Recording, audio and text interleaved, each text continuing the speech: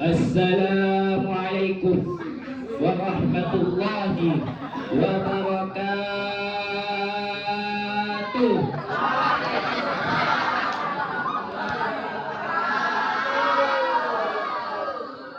Innal hamdalillah nahmaduhu wa nasta'inuhu wa nastaghfiruh wa na'udzu billahi min shururi anfusina wa min sayyiati a'malina. May yahdihillahu fala mudilla lahu wa may yudlil fala hadiya lahu. Asyhadu an la ilaha illallah wa asyhadu anna Muhammadan abduhu wa rasuluh. La nabiyya ba'da wa la rasula ba'da. Amma ba'd. Puja dan puji syukur atas kehadirat Allah Subhanahu wa taala, karena ialah yang telah memberikan kita nikmatnya berupa nikmat kesehatan, kesempatan, kekuatan, yang terlebih-lebihnya lagi yang namanya nikmat iman dan Islam. Dan apabila kita ingin menghitung nikmatnya, kata Allah, kita tidak akan mampu, kita tidak akan kuat, kita tidak akan sanggup untuk menghitung nikmat-nikmat yang Allah telah berikan kepada kita. Karena kenapa hadirin? Karena Allah sendirilah yang berfirman di dalam surah Ibrahim ayat 34 sebelah kiri paling atas yang berbunyi, wa in ta'uddu ni'matallah, dan apabila kau menghitung nikmatku, kata Allah, la tuhsuha, kau tidak akan mampu, kau tidak akan kuat, kau tidak akan sanggup untuk menghitung nikmat-nikmatku, kata Allah Subhanahu wa ta'ala.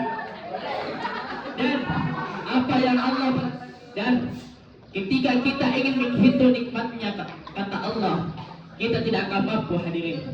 Dan apabila ketika kita diberikan nikmat dan kita tidak mensyukuri nikmat yang tersebut kita diberikan kepada Allah, maka Allah Subhanahu wa ta'ala menurunkan azabnya kepada kita, sesuai pada surah Ibrahim ayat 7 sebelah kiri paling atas yang berbunyi, wa ta'azna rabbuk, yang artinya, dan Tuhanmu telah memaklumkan, sesungguhnya jika kamu diberikan nikmat, maka ketika kamu bersyukur, maka Allah akan menambahkannya.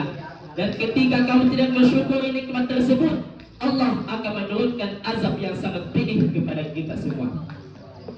Salawat beserta salam semoga senantiasa tercurahkan kepada bintangnya padang pasir, mahkotanya Abdullah, berliannya Siti Aminah, kekasihnya Siti Khadijah, mandua siapakah dia, yakni Habibana wa Nabiyana wa Syafi'ina wa Maulana Muhammad sallallahu alaihi wasallam. Allahumma salli wa sallim wa barik alaihi. Karena ialah yang telah membawa umatnya dari alam gelap gulita menuju zaman terang benderang yang seperti kita rasakan pada pagi hari ini. Dan atau dengan kata lain, akhrajan nas minaz zulumati ila nur au ila siratim mustaqim.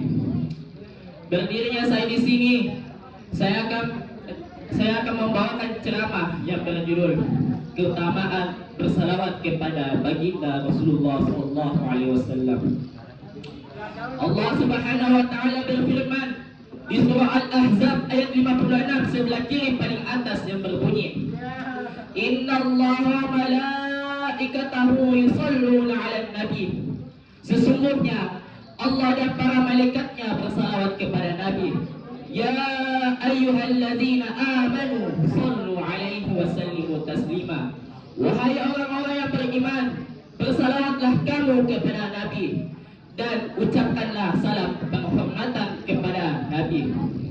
Dan Rasulullah sallallahu alaihi wasallam bersabda di dalam hadisnya yang berbunyi, man shalla alayya wahidatan sallallahu alaihi asyran, yang berbunyi, yang artinya barang siapa yang bersalawatku kepadaku wahidatan, satu kali, maka Allah Subhanahu wa taala bersalawat kepadanya 10 kali. Hadis riwayat Muslim. Dan diriwayatkan oleh ketika Rasulullah sallallahu alaihi wasallam diserahkan oleh Allah Subhanahu wa taala naik ke langit, dan Rasulullah melihat seorang malaikat, dan malaikat ini memiliki 1000 tangan dan setiap tangannya memiliki 1000 jari. dan malaikat ini sedang menghitung menggunakan jari jemarinya. Maka Rasulullah sallallahu alaihi wasallam heran, kenapa ada malaikat seperti itu? Maka Rasulullah bertanya kepada malaikat Jibril alaihissalam, wahai malaikat Jibril, siapakah gerangan malaikat itu dan apa tugasnya? Maka malaikat Jibril alaihissalam menjawab pertanyaan dari Rasulullah, wahai Rasulullah, sesungguhnya malaikat itu ditugaskan oleh Allah Subhanahu wa taala untuk menghitung tetesan-tetesan air hujan yang turun dari langit hingga ke bumi. Maka Rasulullah sallallahu alaihi wasallam pergi bertanya kepada malaikat tadi, apakah kamu mengetahui berapa bilangan tetesan air hujan yang turun dari langit ke bumi sejak pertama kali Allah menciptakan bumi. Maka malaikat ini menjawab, wahai Rasulullah, Dia yang mengutusmu dengan membawa kebenaran. Sesungguhnya aku mengetahui berapa tetesan-tetesan air hujan yang turun dari langit hingga ke bumi, dan aku juga mengetahui secara rinci tetesan-tetesan air hujan yang turun dari lautan, perkebunan, di daratan, dan di perkuburan. Setelah mendengar uraian tadi, Rasulullah SAW sangat takjub atas kecerdasan dan kemampuan dalam perhitungan malaikat itu. Dan malaikat itu berkata kepada Rasulullah, wahai Rasulullah, walaupun aku memiliki 1000 tangan dan setiap tanganku memiliki 1000 jari, maka aku tidak dapat menghitung satu perkara, wahai Rasul. Dan Rasulullah SAW bertanya kepada malaikat, apakah perkara itu? Ketika umatmu berkumpul di suatu tempat, dan tempat itu ketika umatmu menyebut namamu dan lalu dia bersalat kepadamu, maka Allah Subhanahu wa taala memberikan pahala yang begitu besar, saking besarnya aku tidak dapat menghitung berapa pahala yang Allah berikan kepadanya. Dan ketika kita bersalawat kepada Nabi, maka Allah Subhanahu wa taala menghapuskan dosa-dosanya kepada kita sebanyak 10 kali. Dan Rasulullah SAW bersabda, barang siapa yang bersalawat kepadaku 1 kali, maka Allah Subhanahu wa taala bersalawat kepadanya 1 kali dan dihapuskan 10 dosa. Hadis riwayat Ahmad. Demikian ceramah yang saya sempat sampaikan pada pagi hari ini, mudah-mudahan ada manfaatnya.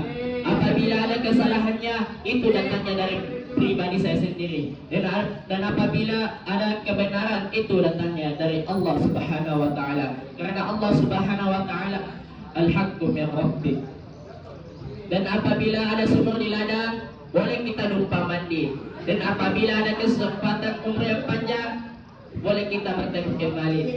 Wabillahi taufiq wassalam. Wassalamualaikum warahmatullahi wabarakatuh.